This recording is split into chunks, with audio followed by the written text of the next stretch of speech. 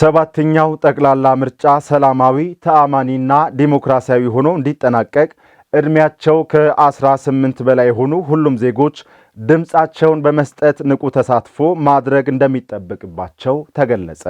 በወላይታ ዞን የኪንዶ ዲዳይ ወረዳ ብልጽግና ፓርቲ ቅርንጫፍ ጽሕፈት ቤት በሰባተኛው ሀገራዊ ምርጫ የሚወዳደርበት ማኒፌስቶን ይፋ የሚያደርግበትን መድረክ አካሂዷል።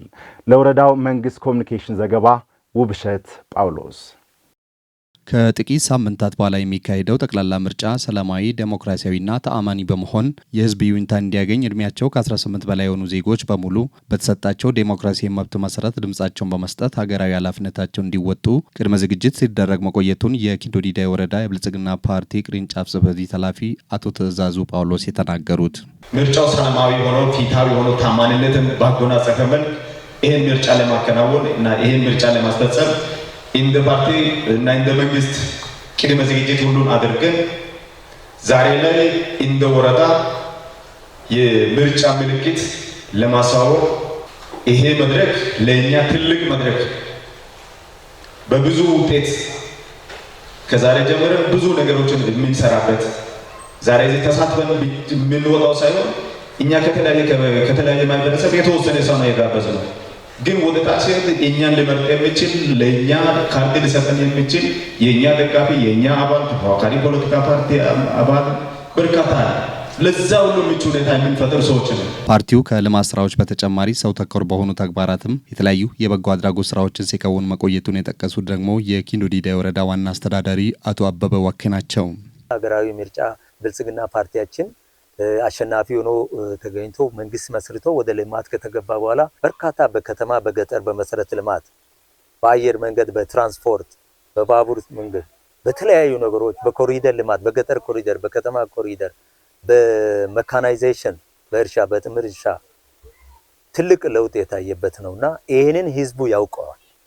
በበጎ ስራ በክረምት በበጋ በጎ ስራ በወጣቶች በኩል በእናቶች በኩል በነጋዴው በሁሉንም ባቀፈ ሁኔታ ዜጋ ተኮር ስራ ተሰው በጤናም በትምህርትም እንዲሁም በሰው ላይ ትልቅ ሀብት በማፍሰስ ምስኪኖች ወጣ ብሎ ከማንኛው ማህበረሰብ ጋር እኩል የሚኖሩበት የተለያየ መኖሪያ ቤት ግንባታ የአካባቢ ልማት ላይ ትልቅ ስራ ሰርቶ ሀገሪቱን ወደ ተምሳሌነት ለማሸጋገር የወጠነችውን ውጥን ከግብ ለማድረስ የሁሉም ዜጎች ቅንጅትና አብሮነት ሊጠናከር እንደሚገባ የወላይታ ዞን የግብርና መምሪያ ኃላፊ ዶክተር ዘማች ሶርሳ አስረድተዋል።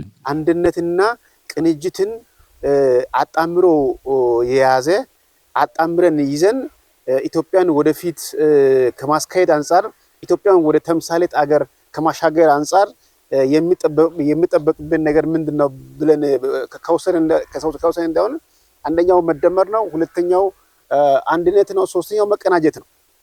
ስለዚህ የተለያየ አቅም ያለን የተለያየ ዕውቀት ያለን የተለያየ አመለካከት ያለን ሰዎች ሁላችንም እንደየአቅማችን እንደየአመለካከታችን እንደየችሎታችን ምንጣመር ከሆነ ምንቀናጅ ከሆነ አንድነትን ምንፈጥር ከሆነ ኢትዮጵያን ወደ ተምሳሌት አገር ማሻገር እንደምንችል ኢትዮጵያን ወደ ተምሳሌት አገር ለማሻገር ዝግጁ መሆናችን የሚያሳይ ምልክት ነውና የዜጎችን ኢኮኖሚ ተጠቃሚነት ለማረጋገጥ የተጀመሩ ፕሮጀክቶች ከግብ እንዲደርሱ የማህበረሰቡ ተሳትፎም ሊታከልበት ይገባል ተብሏል። በኢኮኖሚ ዘርፍ በተለያዩ አሁን እስካሁን ያስመዘገብናቸው አሉ። አሁን እየሰራን ያለናቸው የተለያዩ ከኢኮኖሚ ዘርፍ ያቀድናቸው ራዕዮች አሉ።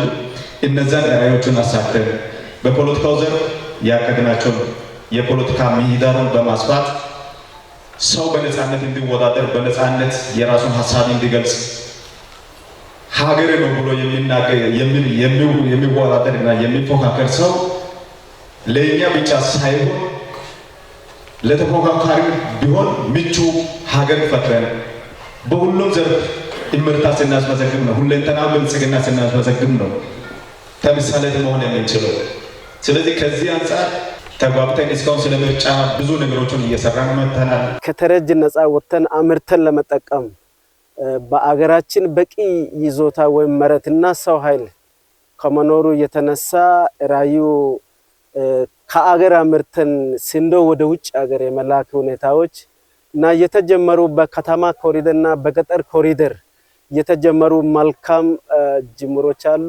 በትምህርት በጤና በሁሉም ዘርፍ የተጀማመሩ ጠንካራ ስራዎች ጀምረን የምንፈጸማቸውና አሁን ተጀምሮ በጠንካራ ስራ እየተሰራ ያሉ ስራዎች አሉ።